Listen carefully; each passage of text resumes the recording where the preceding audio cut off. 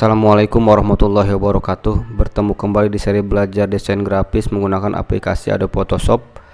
Sekarang kita akan belajar untuk mengenal fungsi flash di Adobe Photoshop. Fungsi flash ini berfungsi untuk memasukkan gambar atau foto ke dalam sebuah kanvas secara langsung melalui menu file.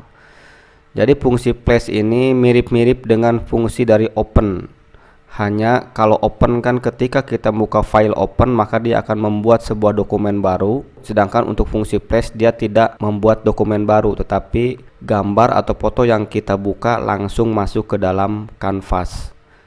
Baiklah, kita langsung praktek mengenal fungsi flash di Adobe Photoshop. Silahkan dibuka aplikasi Adobe Photoshopnya, lalu kita buat sebuah kanvas menggunakan menu file, lalu new. Kita buat kanvas terlebih dahulu. Seperti biasa kita menggunakan international paper size A4. Oke. Selanjutnya untuk menggunakan fungsi flash, nah di sini ada satu layer ya, layer background. Untuk menggunakan fungsi flash silakan menuju menu file, lalu klik flash ya, yang di sini ya. Di sini nggak ada shortcutnya, harus melalui menu file aja. File, flash, klik, lalu pilih objek yang akan kita masukkan ke dalam kanvas. Misalkan yang ini, klik, lalu pilih flash.